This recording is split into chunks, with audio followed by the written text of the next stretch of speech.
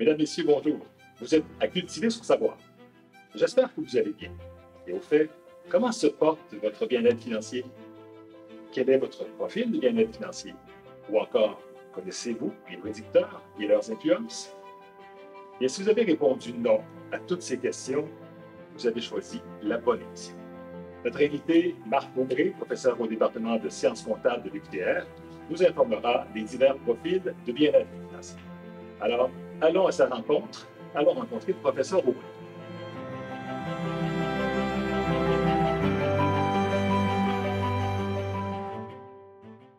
Merci beaucoup d'être des nôtres aujourd'hui pour l'émission. Ça me fait plaisir. Écoutez, on va commencer par mieux vous connaître. Si on faisait le tour un peu de votre formation, décliner un peu les formations que vous avez suivies, puis en même temps les expériences qui dans votre cheminement de carrière. Oui, bien, j'ai commencé mes études à Trois-Rivières. J'ai fait un bac en comptabilité. Après ça, j'ai fait une maîtrise en administration des affaires, donc toujours dans le domaine de la comptabilité. J'ai travaillé à peu près 6 ans dans le privé. Et après, je suis allé en enseignement. J'ai toujours voulu enseigner. Et puis là, je considérais que j'avais l'expérience qui était nécessaire pour pouvoir enseigner. Donc, en 2012, j'ai commencé l'enseignement. Et aussi, un peu plus tard, des études doctorales en psychologie. Et puis, oui. En psycho. En psychologie. Okay. Un comptable. C'est moins cartésien un peu, là. Ah, totalement. Totalement. Puis, c'était un peu ce que j'avais besoin. Oui. De trouver peut-être un peu plus de sujets abstraits, je ne sais pas trop quoi. Mais le sujet qui m'a toujours intéressé, c'était le bien-être financier des individus. Donc là, est-ce que j'allais dans le domaine de la psychologie, de la finance, de la comptabilité? Parce qu'autant les comptables ne s'intéressent pas tant au bien-être financier. Non, c'est ça. Les psychologues ne s'intéressent pas à l'aspect financier. Non plus. Fait que là, je suis allé entre les deux. C'est un comptable dans un domaine ça de fait de vous un individu unique. Je pense que oui. Oui, du moins, c'est ce que je me dis. Mais justement, quand on parle du bilan financier, pas du bilan, mais du bien-être, parce qu'on fait son bilan durant le bien-être aussi financier, j'imagine, pour y arriver. Mais qu'est-ce que c'est justement le bien-être financier? C'est une excellente question qui est même encore à ce jour pas extrêmement claire dans le domaine de la littérature scientifique. Mais ça commence de plus en plus à être étudié, fait qu'on a une meilleure idée. Parce que dans le passé, la majorité des études se penchaient plus sur le bien-être financier objectif, c'est-à-dire purement chiffré. À partir de quand qu'on a vraiment un bien-être financier élevé? Est-ce que c'est quand on gagne 30 000 $ par année? Est-ce que c'est quand on gagne 100 000 $? C'est-tu quand on a beaucoup d'économies? Est-ce que c'est différent d'une personne à l'autre, sans doute? Effectivement. C'est ça que les recherches de plus en plus commençaient à réaliser. C'est qu'on a deux personnes avec des situations financières totalement différentes. Oui. Comment dire qu'un est mieux que l'autre si on se base uniquement sur les chiffres?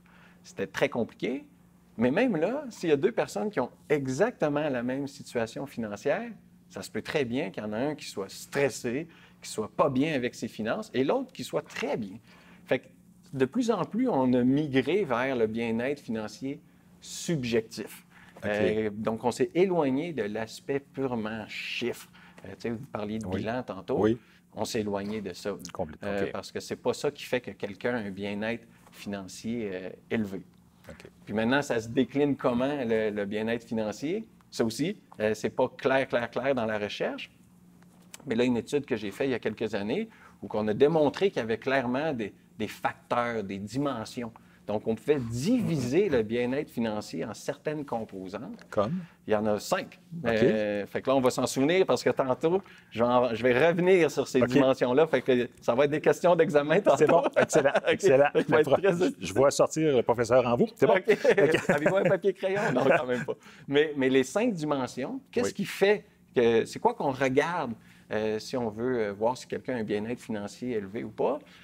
On regarde premièrement, vous n'êtes pas surpris, c'est est-ce que la personne est en mesure de subvenir à ses besoins de base? Voilà. Est-ce qu'elle a les ressources financières pour son logement, sa nourriture, etc.? Ensuite de ça, comment cette personne-là se perçoit par rapport aux autres? Donc, l'image qu'on a de soi, évidemment, est teintée par ce qu'on voit autour de nous. Tu sais, il y en a des fois, les voisins gonflables qu'on entend. Lui, comment ça, qu'il a le gros bateau, la Ferrari, etc. Il y en a qui...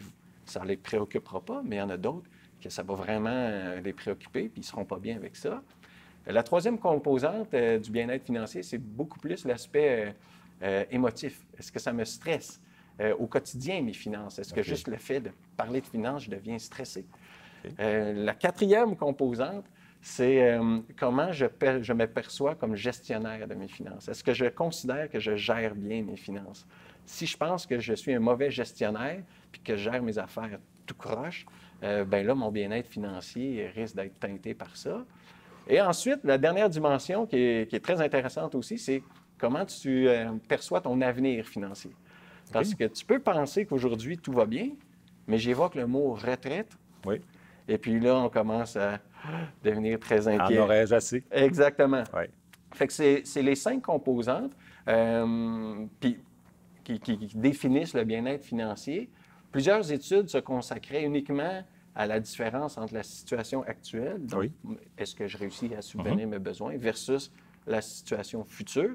Mais là, on commence à réaliser qu'il y a d'autres choses. Là. Comme je disais, est-ce qu'on gère bien nos finances, comment je me perçois par rapport aux autres et le stress. Fait que tantôt qu'on va parler possiblement des profils de bien-être financier, on va revenir sur ces composantes-là, justement, qui varient d'une personne à l'autre. Et dans la satisfaction de vie, oui. Le bien-être financier, quelle place prend-il? Une place très importante. Oui. Puis ça me rassure parce que mes études portent sur quelque chose d'utile. Oui.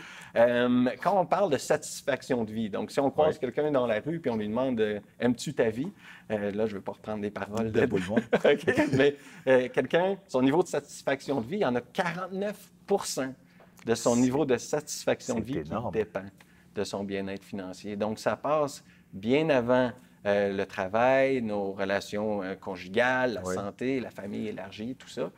Donc, quelqu'un qui dit le bien-être financier, c'est pas important dans la vie, il se trompe.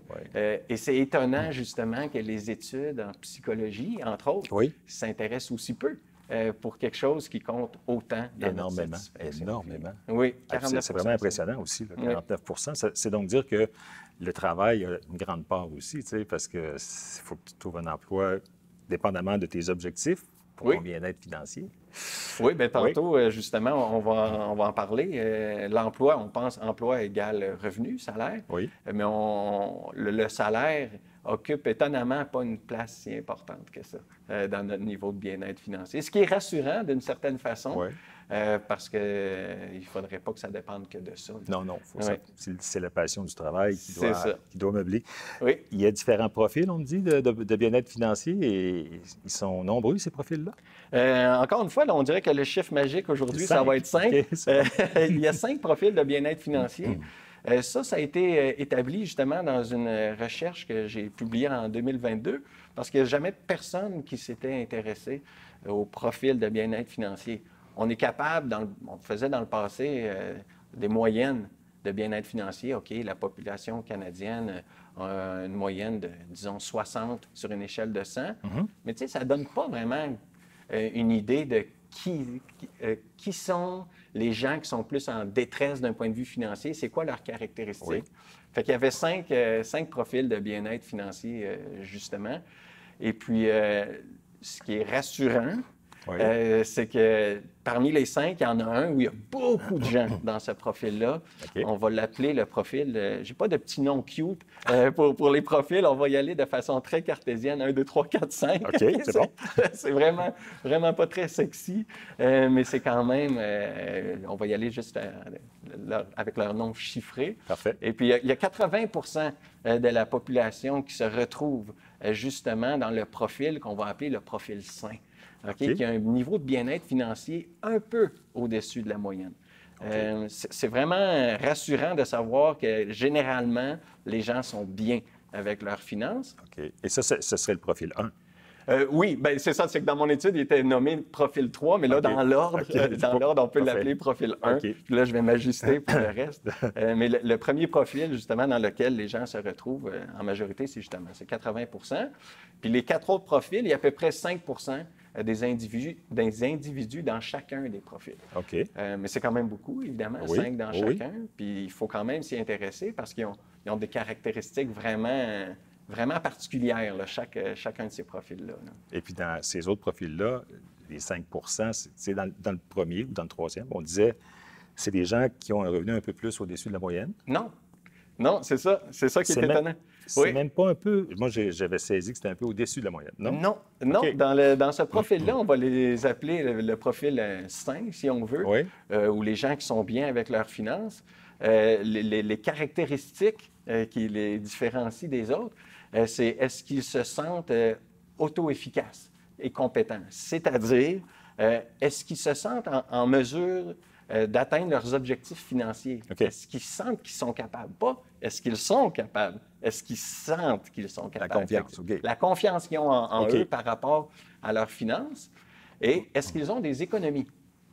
Pas beaucoup d'économies, parce que ce que je testais, c'est est-ce que la personne a des économies et non le montant. Donc, ce qui était important pour appartenir à ce profil-là, c'est aussi d'avoir des économies. Okay. Et la troisième variable qui faisait en sorte qu'on avait plus de chances d'appartenir à ce profil-là, c'est notre niveau de névrosisme. Est-ce qu'on est névrosé oui. dans la vie? Évidemment, plus le niveau de névrosisme était faible, oui. plus on avait de chances à appartenir à ce profil-là qu'on pourrait appeler le profil gagnant. Parce qu'on était heureux avec ce qu'on avait. C'est ça, oui. Okay. Et puis là, comme vous avez remarqué, je n'ai jamais parlé de revenu. Et non, c'est pas une oubli. C'est vrai. Okay? Oui. Fait que le revenu n'était pas une variable. Pour appartenir aux 5 profils, le revenu était vraiment secondaire. Oui, il y avait un pouvoir de prédiction, mais vraiment pas si élevé que ça. C'était les deux variables qui font une grosse différence là, sur lesquelles il faut travailler. C'est vraiment notre sentiment d'auto-efficacité. Oui. Est-ce que je me sens compétent? Et ensuite de ça, le deuxième, c'était avoir des économies. Pas avoir 1 million dans notre compte, c'est avoir des économies, être capable d'économiser. Là. Oui. OK. Et puis quand on parle justement des prédicteurs importants, oui. Il y en a plusieurs? Il y en a 5? Non, les prédicteurs importants, c'est les deux que j'ai vous venez de nommer. Parfait. De règle Excellent. générale, c'est ça. Excellent, excellent. Oui. Et puis, au niveau de... Si on a profil par profil, les prédicteurs, est-ce qu'ils changent? Oui. Ils changent, donc? Oui, c'est ça qui est intéressant. C'est que les prédicteurs, les variables qui nous permettent... Oui, dis-nous ce qu'est un prédicteur, premièrement. Oui, c'est ça. Les prédicteurs, c'est dans le fond, c'est qu'est-ce qui fait, c'est quoi la variable qui va me permettre de prédire mon appartenance à un profil plus qu'un autre. OK. Par exemple, si j'ai des économies, ça me permet de prédire que je vais appartenir au profil 3. OK. Au profil 1. Non, mais on va laisser 3, c'est correct. C'est ça. On ne mêlera pas les gens. Oui, non, puis moi-même. Donc, c'est ça. Fait que c'est les variables qui ont une influence. Et comme je disais tantôt, le revenu, ça n'en fait pas partie. Non, c'est ça. Mais le profil qu'on va appeler, dans ce cas-ci, le profil numéro 2, je peux les décliner, les profils, puis peut-être que les gens qui écoutent vont se retrouver dans un de ces profils-là. Je vous souhaite, évidemment, d'être dans le profil des 80 % effectivement. Le profil 2, c'est des gens qui ont un revenu élevé, mais qui ont un niveau de névrosisme très faible. Ah oui? Oui, OK, c'est très étonnant. On peut peut-être penser qu'ils sont un peu trop relax, OK, parce que, overall, globalement, leur niveau de bien-être financier, il est inférieur à la moyenne. Tantôt, je disais qu'il y avait un profil qui se démarquait, qui avait 80 oui. Mais je n'ai pas mentionné que les 4 autres profils, leur bien-être financier global, il est inférieur à la moyenne. Okay.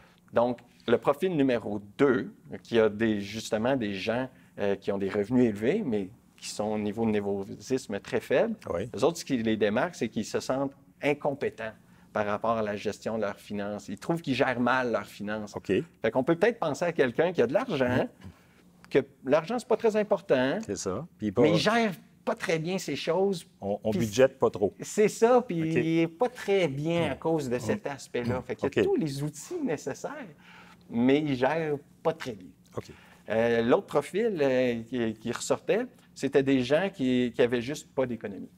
Il n'y avait pas d'économie, il n'y avait pas d'économie, justement, mais ce n'était pas à cause qu'il n'y avait pas d'argent, pas de revenus élevés, c'était juste qu'il y avait du mal à économiser. Okay. Fait qu'eux, ça faisait que le bien-être financier, globalement, était plus faible. Et c'est le pire. Ce profil-là, c'est celui qui avait le bien-être financier. Parce que tu es devant rien, là. C'est ça. Et puis les économies, pour eux, ils sont juste incapables. Je vais garder le profil le plus mystérieux pour la fin. Okay. L'autre profil qui était vraiment intéressant, c'est des gens qui ont des revenus faibles, mais qui ont des économies. Donc, ils réussissent à avoir des Ils ont économies. appris, Ils se sentent aussi très compétents, mais ils n'ont pas les ressources. Mais ils gèrent très, très bien leurs finances. Donc, avec ce qu'ils ont, ils s'en sortent très bien, ils optimisent leurs choses. Globalement, ils n'ont pas un niveau de bien-être financier élevé, mais ils se sentent justement par rapport à l'avenir et tout ça, très rassurés. OK? Mais là, évidemment, quand on n'a pas des revenus élevés, bien là, on ne peut pas penser que là, dans les médias, je peux tout faire ce que je veux, Non, je peux acheter la Ferrari. Mais le fait qu'ils soient en contrôle, eux, ça les satisfait. Exactement. OK. Et le profil mystérieux, c'est justement des gens qui ont un niveau de bien-être très élevé par rapport à leur situation actuelle et future. Donc, tout va bien. Mais ces gens-là, premièrement, c'est beaucoup d'hommes dans ce profil-là. Beaucoup d'hommes, ils ont un revenu faible. OK? Donc, qu'est-ce qui explique qu'ils soient si bien que ça? C'est vraiment étonnant. C'est vraiment un mystère. Il y a différentes hypothèses. C'est comme s'il y avait des lunettes roses quand ils regardaient leur situation.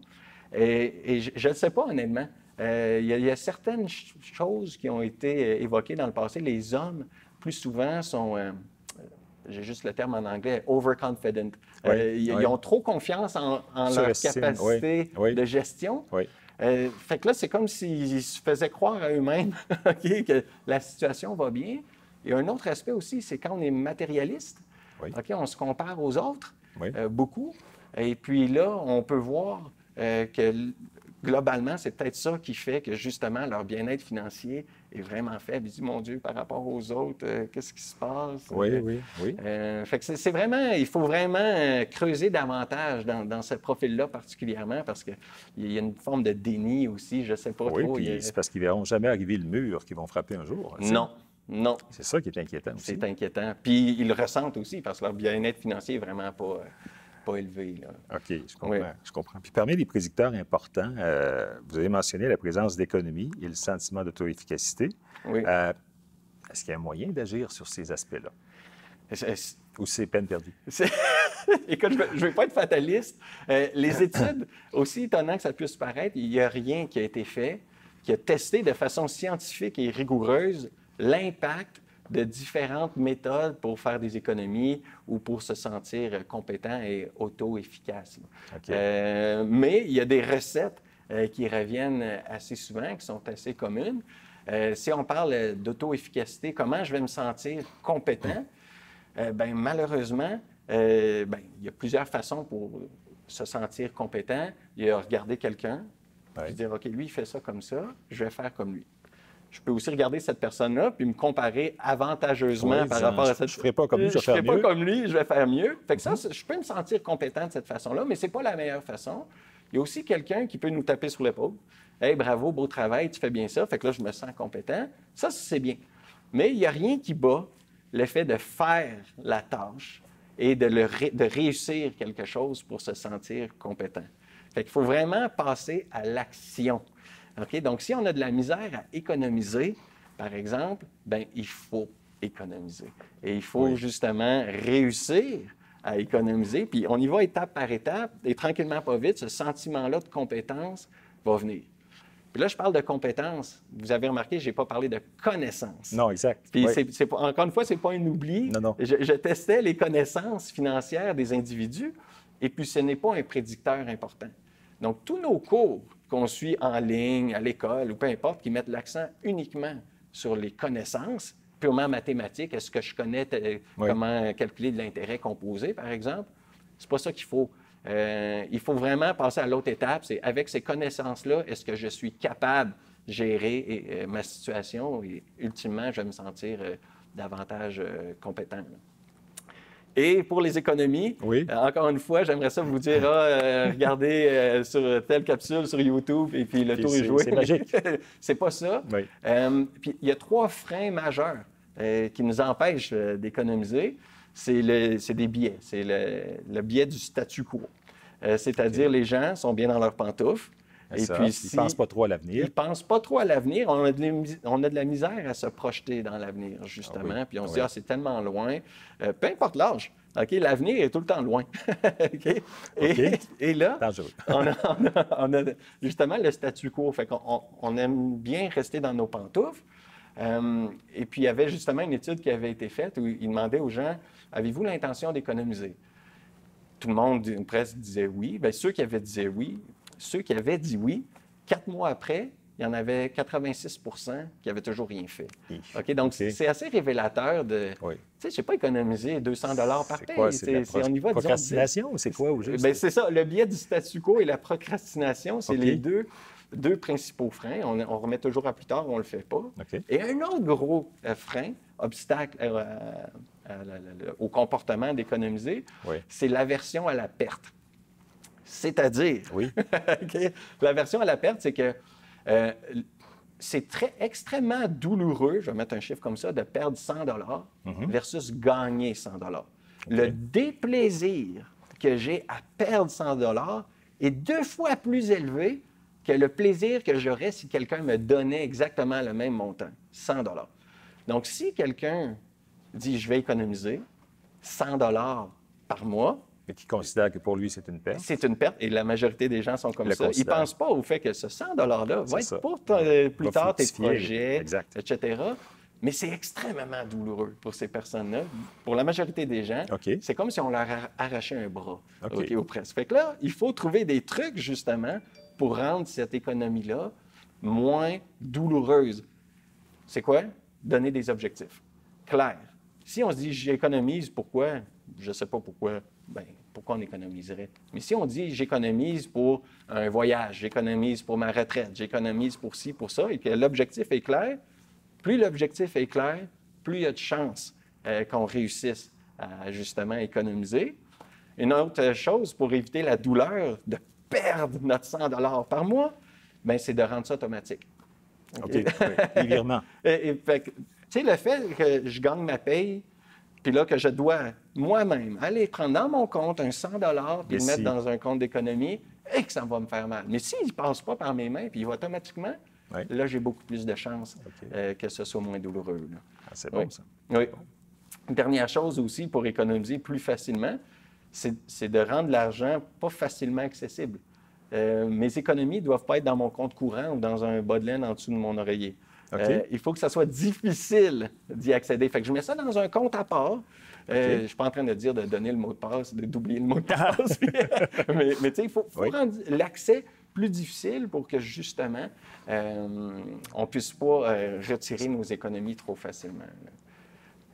Pourtant, dans retirer nos économies, il y a aussi l'espèce de perte. Si on fait l'exemple du 100 $, là, pour ces gens-là qui dépensent à la place de placer, il y a quand même une perte quand l'argent sort du compte ou c'est pas calculé de la même façon, là, selon c'est vos comme études. Il y a toute une littérature sur le mental accounting, c'est la comptabilité mentale, si on veut, que dans notre cerveau, on compartimente nos fonds. Fait que de prendre de l'argent dans nos économies pour, disons que le projet, c'est un voyage. Et puis que là, je prends mon argent que j'avais économisé, puis je vais en voyage, c'est comme si c'était pas de l'argent de perdu. C'est comme si mon voyage me coûtait rien. Et puis ça va être tout à fait acceptable et ça me fera pas mal. Parce que c'était prévu pour ça, puis c'est pas une perte. Exactement. Donc là, ça fera pas mal, justement, puis c'est ça qu'on veut. Là. Ce qui fait que le bien-être financier, c'est important, mais c'est important. Rappelez-nous pourquoi. Pourquoi c'est important le bien-être financier? Bien, comme je disais, ça compte pour 49 % de notre satisfaction de vie. Oui, voilà. Est-ce qu'on a 5 éléments là-dedans aussi, non? Non, j'aurais aimé ça vous dire que oui. Il y a aussi, ça comptait pour une part importante au niveau de notre niveau de stress.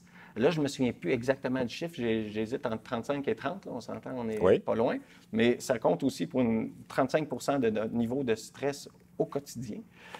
Donc, ça aussi, on parle de bien-être, de stress et de détresse psychologique. Oui, ça, c'est quand on n'agit pas sur le stress. Exactement. Là, ça va moins bien. Fait que c'est vraiment pas quelque chose à prendre à la légère.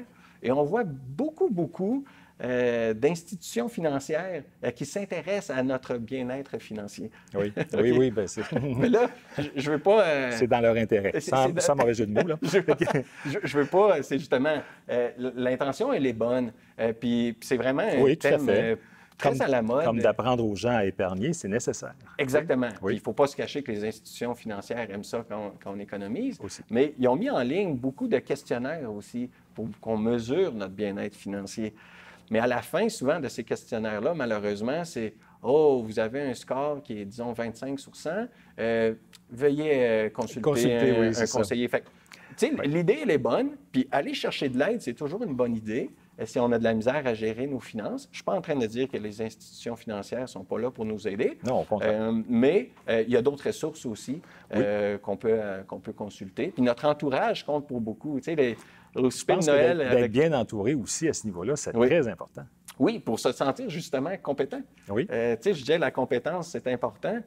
Quand on parle à notre oncle au fameux souper de Noël, on arrête de parler de hockey, puis là, on parle de finances, parce que ça aussi, c'est un sujet tabou. Oui. Mais disons qu'on ose parler de finances, bien là, on va se dire, mais mon Dieu, mon oncle John, il gère pas bien ses finances, fait que je vais peut-être me sentir plus compétent, grâce à mon oncle John. OK, je comprends. Fait que c'est d'en parler et puis de vraiment mettre les mains à la pâte.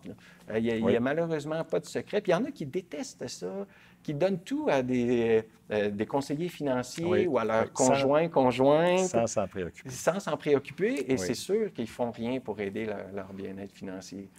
Fait que dans tout ça, il y a comme de s'informer aux bonnes personnes, puis de consulter le plus possible, justement, des acteurs qui vont nous aider à prendre en main nos finances aussi, notre bien-être financier, pour que notre vie soit plus heureuse, une grosse moins à 49 %. C'est ça, oui. Merci infiniment, parce que c'est vraiment une belle rencontre, et puis on aurait eu du temps pour encore beaucoup de sujets, mais il faut clore l'émission. Ça m'a fait plaisir. Alors, merci une fois de plus. Merci. Merci également à l'UQTR, campus de Drummondville, qui nous aide dans l'élaboration de cette émission. Merci à vous, madame, monsieur, pour votre écoute. C'est très apprécié. Et on se donne rendez-vous la semaine prochaine pour une prochaine émission Cultiver son savoir. Bonne semaine.